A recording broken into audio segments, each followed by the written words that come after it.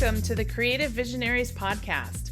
My name is Tori Barker, a digital marketing specialist, business owner, mom, and you guessed it, a creative visionary. This podcast is about inspiring business owners, building connections, sharing success stories, and motivating others. Join me on this journey as we tap into your true potential and unleash your inner visionary. Hey guys, it's Tori Barker. I am here with my first guest, Josh Tapp, and I'm so excited to introduce you. But first, I wanted to kind of tell you how Josh and I met, and then he can kind of tell you how this all came about. So back in 2019, when I started my business, Creative Marketing, I got a inquiry from somebody named Josh Tapp, and he had a podcast. And I thought, who is this guy? And he wanted me to be a guest on his show. And so I don't know how it came about. Josh, you're going to have to tell us. But that's how we met. You know, back in 2019, I was a guest on his podcast. And we've been connected ever since. And Josh has been killing it in his business. He's been growing. And I'm just so excited to kind of jump in and learn more about him. But Josh, tell me how you found me back in 2019. Well, I know we were talking about this before because it was funny is that in 2019, I was doing a daily show. And if you've ever tried that, it's tough. I mean, even getting one a week is hard enough, but a daily show at keeping good guests. And so my methodology at the time was like, figure out if anybody posts something amazing on LinkedIn, I reach out to them. I was like, hey, obviously I did some research that you're actually a business owner and everything, because that's the nature of my show. But then I ended up meeting Tori, and we've done quite a few different things since then. We've talked a few times, and I'm excited to see where she's going. And just a heads up to all of you listening to this is that Tori's a little bit nervous today. No, don't spill my secrets. Don't spill the beans. But she's killing it, right? So give her a shout out on social media, because this show is going to be amazing. Yes. Well, thank you. I appreciate that. So as you know, this podcast is about visionaries. It's Creative Visionaries Podcast. And so, Josh, I wanted to ask you kind of right off the bat, when did you realize that you were a visionary? I wouldn't say that it was like I knew I was a visionary, but what most people probably know if they listen to my show is I'm actually a 5th generation entrepreneur. But the last 2 generations, so my father and my grandfather, were not very successful entrepreneurs. I don't know what happened there, like the disconnect that happened. Both very successful men in other ways, great men, but they really instilled the vision of entrepreneurship. And my father was really into network marketing. And when I was 12 years old, maybe even younger, he would go and like share his business plan with families. And so I think he kind of caught on that I was the one kid who had interest in business pretty young. And so he started to bring me with him to these business meetings. I'd be sitting there just kind of listening or whatnot. But then I want to say 6 months in, this is probably where he kind of hit the peak of his success. He was actually doing pretty well in that network marketing company. And so they were recognizing him on stage, and he brought me up with him. And everybody was like cheering for me and everything. And I remember being like, this is the coolest world ever, right? Because I was like, all I do is sit there, but whatever. Yeah. But I think that was kind of where the fire really started for me, was like getting up on stage and doing those things. And my dad, he just did such a great job of helping me realize that I loved entrepreneurship. But more recently, I think I finally realized that was my core strength, was being the visionary leader, right? Which sounds so weird saying that, but I'm very unorganized. Tori even experienced that when I hopped on the call today. I'm like putting away a file, losing a file as we're talking. So anyways, I'm back. I'm focused. Yeah, exactly. But I found that I did a DISC assessment, and it actually said that I was the visionary leader. And I was like, what did that even mean? Yeah. But then I was talking to my team about it, and they're like, yes, that is the one thing you're good at. Like I can do the sales, I can do things like that. I can do the operations, but I found that even more recently that if I will just focus on being the person who inspires the next person and gets people excited about it, that's my core strength. And so I would say it's actually a more recent finding of being able to put a word to it. And it's really weird to tote that around. Like, I'm a visionary leader, right? Like, it's just, to me is like, it's exciting to know who I am and what my strengths are, you know? It's funny because I'm in the same boat. It's more recent for me too to have kind of found this title or, word that defines who I am. And it came from a book that I was reading, which is called Rocket Fuel. And it is awesome. So it's about visionaries and integrators. And so the authors talk about what role each of those people play in a business. And so they have an online assessment, and I can put the link in the show notes for everybody to check it out if they want.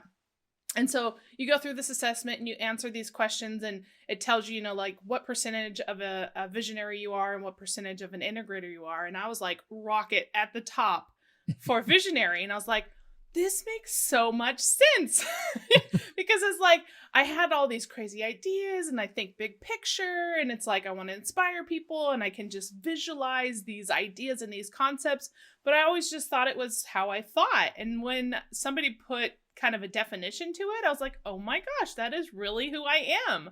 So I'm like, gosh, this like whole awakening. I'm like, I'm a visionary. This is amazing. That's why you're starting a podcast. It's the perfect place to build people up. Yes. So anyway, so Josh, tell me, you have a new business that you're launching, which is the Podcast Multipliers. Mm-hmm. And I am super excited to hear you talk about this, where this concept came from, what inspired you to create this, and what the model is. And I'd love for you to share with everyone what the Podcast Multipliers is. Yeah, you bet. So this actually came to be because I've had multiple marketing companies over the past, I think 7-8 years now. And I just kind of found my love for marketing, but I was constantly running into the same problem that I'd get to about $500,000 to $1 million a year and be like, I don't like this. I don't love this model, And I remember, I think it was like 2017, maybe 2016 when I started my first podcast. Actually, might have been earlier than that. But anyways, I had a coach who was like, he's like, Josh, the reason why you're not happy is because you're serving the wrong people.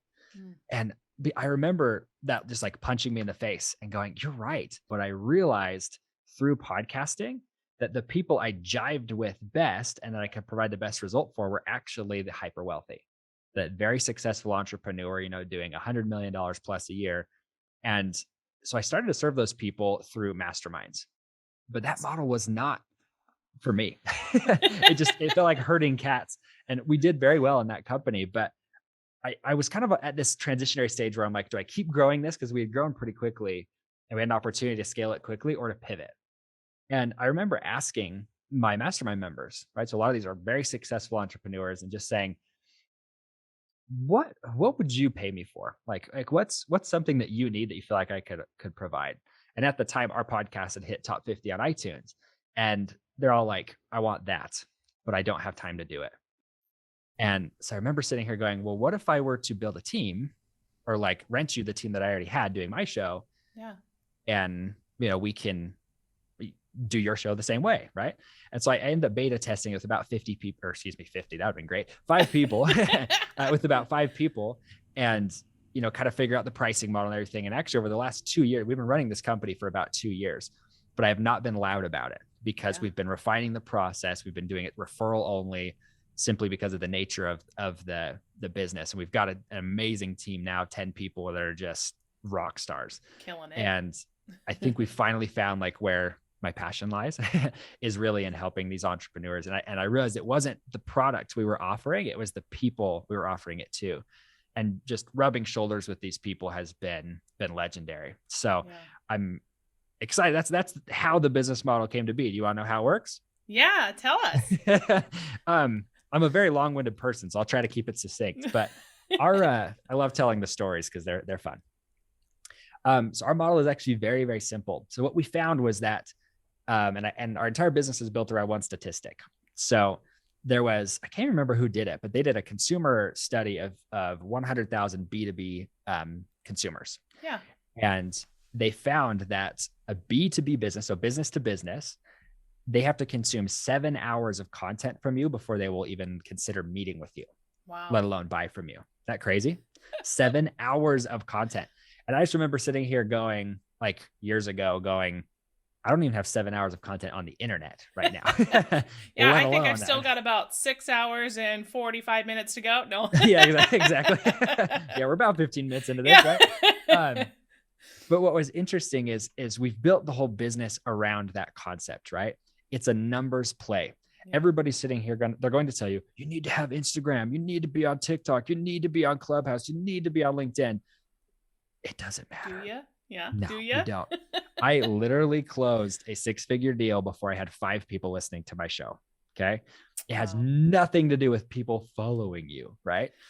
I had a coach tell this to me once. He was like, it doesn't matter how many people follow you. It's how many people actually know you. True. Right. Because when somebody's following you, you kind of know them. Yeah. Right. But they need to know you.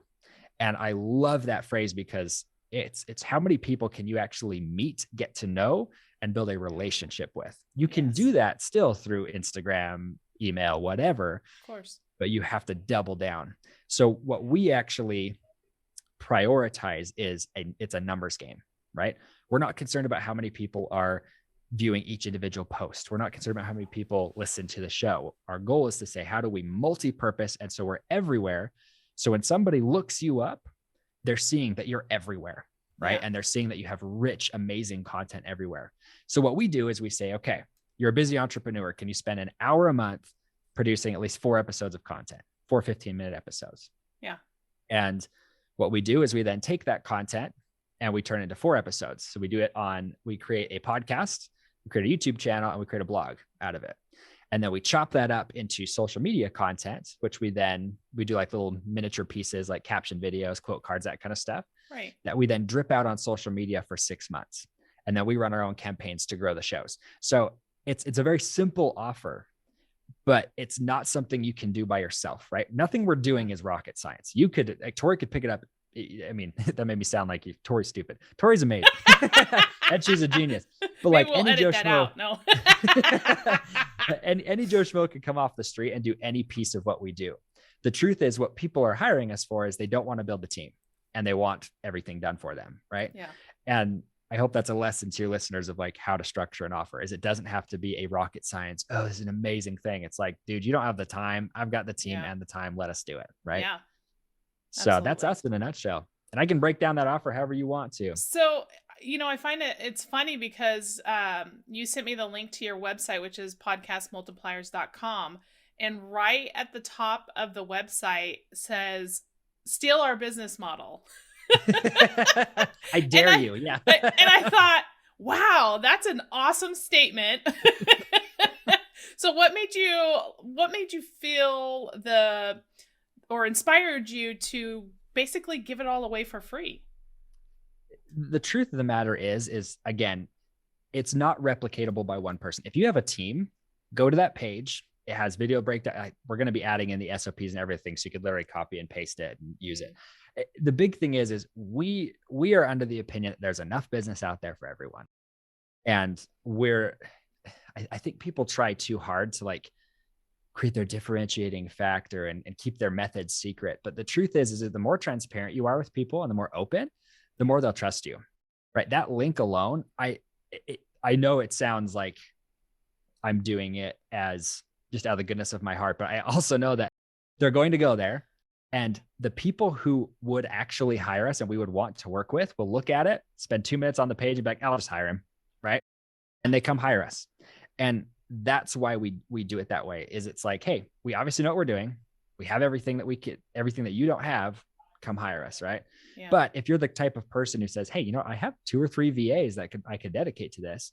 And the truth is you could probably put a full-time person and do about 80% of what we do. Yeah. And so that's where I'm like, hey, task somebody to it, have them go dive through the videos and they can do it. We have a very, very specific customer that we work with. So it ends up working out in our favor. That's awesome. So what would you say to someone who has never done a podcast or is starting to look at doing a podcast, just kind of words of advice or, importance of it, how it's different from any other marketing method? Talk about that a little bit. So, and I love that you asked this question because this is like my true passion, is that I think podcasting is literally the gateway to any human on the planet. If you want to sit down with Warren Buffett, start a podcast. If you want to sit down with Mother Teresa, I know she's dead, right? If you want to sit down with Mother Teresa, start a podcast, right? The president of the United States, start a podcast. These people who seem unreachable are highly accessible to you. Number two, it's the introvert's dream, right? I may not seem like it, but I am actually a pretty introverted person. If I go to an event, I'm the guy who's like, I'm going to go network. And then I go hide in the corner the whole event, right? And when I speak at it, fine, right? It's great. But that's because they're putting me in a position of power, not a position of like, I'm terrified out of my mind to talk to people, right? But for me, it was this opportunity to get out of my shell.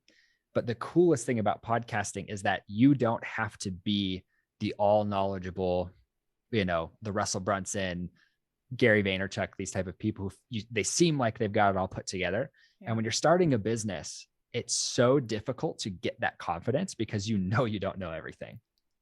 And so what I tell people is come up with a genuine question, pay for a Zoom subscription. It's like what, $15 a month, $40? I don't know what it is. Yeah. Anyways, it's a very cheap subscription. And then sit down and book a time with somebody who you genuinely have real questions for. Yeah. I mean, Tori and I were having a great conversation here because Tori's asking genuine questions. I can share my genuine opinions. But for me as the guest, it kind of stokes my ego, right? I get to come on, I get to brag about myself. I get to talk about what we're doing, right? Like that's why as the host, so me being the host, I love interviewing people because they all of a sudden are going to be like, Tori's the most amazing human ever because she let me tell my story, right? Even billionaires, right? They want their story told. Yeah. And I have to illustrate this with a point because I had I think it was probably my 10th or 11th guest. He was a guy who was referred to me by somebody else. This guy's done, I think, 200 million in sales for like 25 years, like 200 million a year, right? Consistently. Kind of, yeah. And nobody knows who he is. He is a complete no name, right? The guy has multiple car dealerships. He's got a big HVAC company, right? But he has a lot of companies doing a lot of things, but nobody knows him. He's never like, he has like 100 followers on a social media platform at any given time, right? And but this is the kind of guy who people need to know how he did it, right? Yeah.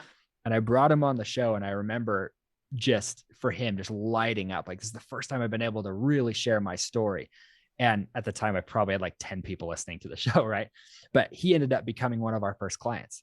And it was because he was able to tell his story. And the cool thing is I had no cool questions. I didn't come prepared. I literally was just like, I hope this guy likes me kind of thing. Because obviously Josh isn't prepared, right? So we sat down and we had a fantastic conversation. He, at the end of it, was like, how can I help you? Wow. Like, what do you do? What can I do for you? And that guy has pushed us dozens of clients, literally probably 50, 60 guests for our show who are big name people. He's been a client, just amazing guy. So I tell people that story to be like, look at what you can do. There's people out there who still want their story told. Yeah, absolutely. I mean, one of the things that I love so much about you and the relationship that we have is you always, every time we talk, you're like, how can I help you? And you're always so willing to, give back and encourage. And that's, almost rare in this business. And I think, for the few of us who have that kind of mindset, it's important. We need to spread it, make it more, make people think that way more like us, and give back and don't have a scarcity mindset and, just be genuine and honest and, have conversations with people. That's why I started a podcast, is because I wanted to meet people that I wouldn't have the opportunity to have met otherwise and hear their stories, learn from them and share that with other people. Because of course I could have a phone call. I could sit down and have coffee with somebody and have an amazing conversation, but I'm the only one who benefits from it. So it's like, right. Let's put this on. Why not share it with the world? Yeah. Why not share it with the world? So, I'm just excited about that. So. Well, I appreciate the compliment. I don't think, I think you'll find more and more in the podcast space that people are really giving. And I do know for myself that, because this is the first episode, right? For your show. Yeah. Well, it's my first guest. So I've got 2 solo episodes and then my first guest. So go and listen to those 2 episodes if you haven't listened to those. We're gonna train Tori on podcasting while we're here, right? You're doing a fantastic job. What a lot of people don't realize though is that there's a handful of people out there who are like, oh, it's your first step. I only come on if you have 200 episodes, right? Some people are just stupid. Yeah. Right. And I'm not going to name names, but there's a couple of those in the podcasting space who are just annoying. They're like always in the top 10 and they're like, I only go on these podcasts. You're like, oh my gosh. Right.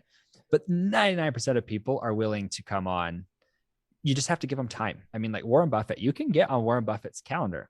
You just have to book it a year out. Right. Yeah. And be willing to put in the effort to actually get through to him. Right. And it's just, I think people are more willing to give than you think. You just have to give them the chance to. And the big thing is if you come at it, like you said, with that mentality of like, how can I leave an impact on this person? And you being the visionary leader, right, Tori, like that's going to be one of your greatest strengths, is that you actually genuinely care about people. That's why, that's one of the traits of a visionary leader, right? Yeah. And if you actually care about them and not the money they're making or the opportunities they can give you and everything, the money follows. It's really amazing to watch how it all comes about. I love that. I'm excited for this journey and, the many people that I'm going to meet along the way. And I'm excited to learn. I'm a life learner is what I call myself. And so it's like anywhere I can find something to learn from a person, from a book, from online, wherever the space, it's an opportunity for me to grow and share the stories of myself and others. Love it. Love that. One of the other things that you had mentioned that you like to talk about is legacy-based business. Can you touch on that and explain what is a legacy-based business for those people who may not know? Yeah, I mean, it's mildly self-explanatory, but there's a story I tell this all the time, right? There was this captain back in the olden days, right? And he basically, his country was under attack, right? They didn't have a military at the time. So what he did is he ripped his coat and he wrote, it's called the Title of Liberty on it, right? He wrote the Title of Liberty on it. And then he went from village to village, putting that standard up and rallying people to his call, right? He wasn't anything special, but because he was willing to do that, people followed him. And again, he's in history books, right? And that's the kind of business that we're looking for, right? And that's what we call legacy-based business. I think I kind of got a lot of this from network marketing, because whatever opinion you have of network marketing, I actually don't do it myself now because I think there's better margins doing it yourself. But the one thing that they do a fantastic job of is helping people be visionary and be legacy-based people, because they're like, hey, let's build a movement. Let's build a community. And there's a lot of these words that are just thrown around, but if you really think about the true, what a community should be like, you're going to leave a legacy that will last. And the way that I look at it, that's one of our tenets. We actually won't work with somebody if they're not a legacy-based entrepreneur. So they're typically somebody who's done a lot of different businesses in their lives. They become very successful, but they're like, it's my turn to give back. And those are the type of people we love to work with, because what's interesting is when they start to give back, everything else, all of their other businesses somehow level up. I think it's a spiritual principle, whether you believe in God or not. I think it's a spiritual principle of giving that value and being willing to give back. And you'll just watch as all of your other resources become much more abundant, especially your time. Love that. How inspiring. Josh, you inspire me. Thanks. It's I could talk about that for days, but it's such a fun world we live in that so many people are willing to do that. We see the news. I actually don't ever watch the news personally, but it's like there's all this negativity going on, but the truth is there's way more good people out there than you would think. And you'll start to find them the more that you're the person to start rallying them, right? Placing the banner down and being like, hey, we're moving forward. Are you coming with us? Right. Yeah. So, it's funny when I look at that term legacy-based business, for me, and I'm sure you can relate to this now, I have 2 young boys. And so I think about the legacy that I leave behind, and all of the work that I do is obviously to better my family, to, be an inspiration to my kids, to show them that, you can do anything. And so for me, it's that legacy. What is my legacy? I always think about what am I leaving behind, and what will my children see and what will they grasp from this, when they're in their 20s, when they're in their 30s. And so I know you just had a little boy, and Yeah. so I don't know if you want to talk on that a little bit. Yeah. Oh, you believe it. I, you know, I love this, especially with mompreneurs. I don't know if that's what they're called, but I think he's my first son, right? He's only 3 months old at the time of this recording. But what I have even found, even just having him, is like, I want him to see me running for something. Because even though, like I said, like my dad never became a multimillionaire, right? He left a legacy on me because I knew him, like, I've got to run as hard as he did, or harder, right? Yeah. And I love to see that, especially for like single moms in particular. But it's just so cool to see that you're like showing your kids, I'm pursuing something. And that doesn't have to be business, right? You could be like, anything. I'm pursuing fitness, or I'm pursuing becoming an author, or whatever, right? Yeah. But I always encourage people, I'm like, do that simply because, and it's nice now that I have a kid, because I can't be like, it's for your kids. Like, you don't even have kids. But we tried, okay? I want them. I really do. I've only been married 5 years. Give me a break. Yeah. But it's so inspiring. Like you said, like I think you just nailed it on the head for leaving that so your kids can see you running for something. Because I think you can try to instill a lot of different principles in your kids' minds, right? And we try to beat it in like, hey, do what I do, or do what I say, not what I do type thing. Yeah. But if you're pursuing something and you're running as hard as you can towards it, I think your kids will turn out 10 times better than they ever could with anything else, simply because they're thinking with a brain of progress. Yeah. And looking forward to it. I agree. It's almost like, walk the walk, talk the talk, lead it in, and those will follow. Yep. I completely live by that. My wife, we actually had this conversation the other day. My wife had a moment. We've just landed a couple bigger deals, and I keep coming home and like stoked about what's happening. And she kind of had a moment where she's like, man, I'm lucky to be married to you. But she's like, I do feel like I'm being overshadowed a little bit. Yeah. And we had a good conversation, because she's ready to start pursuing other things as well. And she's like, I've got to also match your speed and your desire to do things, if we want. Griffin is my son's name too. Yeah. To become better. And it's just fun to see that inspiration inspires other inspiration. And so it's cool to see that, and if you are feeling the way like my wife did, because I do know a lot of it can be either side, the husband or the wife, when one of them becomes hyper successful in the other in something, the other one feels like they're worthless. And that's not the case. No. Like, I would not be where I am without my wife, but I also want my wife to pursue her goals too. So I love to see couples that are like powerhousing it and they're still leading their children. One of the great guys, he's actually somebody you should all look up. His name's Evan Money. He's married his same wife 29, probably 30 times now. So he goes and marries her every year, like remarries her, redoes their vows. And he's the funniest guy, but he and his wife, it's a business, but they're also running towards it together. Yeah. And their kids are spectacular, like amazing kids. And I look at him and I go, that's what happiness is. Yeah. Right. So it's a pretty cool company too. Well, any final thoughts before we wrap up our amazing episode that everyone has loved and listened to all the way through? All million of you better be listening to this. First off, I just want to say thank you, Tori. I mean, it's always fun to be able to come in and share fun, inspiring stories with each other. And I love the give and take that you've done. So you did a fantastic job. I hope that everybody listening to this will take a moment to just say, where am I? Assess where you're at, and then determine what's that thing that you can run towards, and make it something legacy based. Don't make it about money, and the money will come. Yeah, I love it. And where can everybody find you, and where do you want them to reach out and connect with you? You bet. I mean, honestly, I'm a pretty accessible guy. My team would say otherwise, but what I always tell people is you can always just check out the podcast. It's theluckytitan.com. But if you are interested in starting a podcast, just go over to podcastmultipliers.com, and then it's /steal my business, right? I love it. Steal my business. Go over there, check it out. And then if you don't want to do it yourself, you can hire us. Awesome.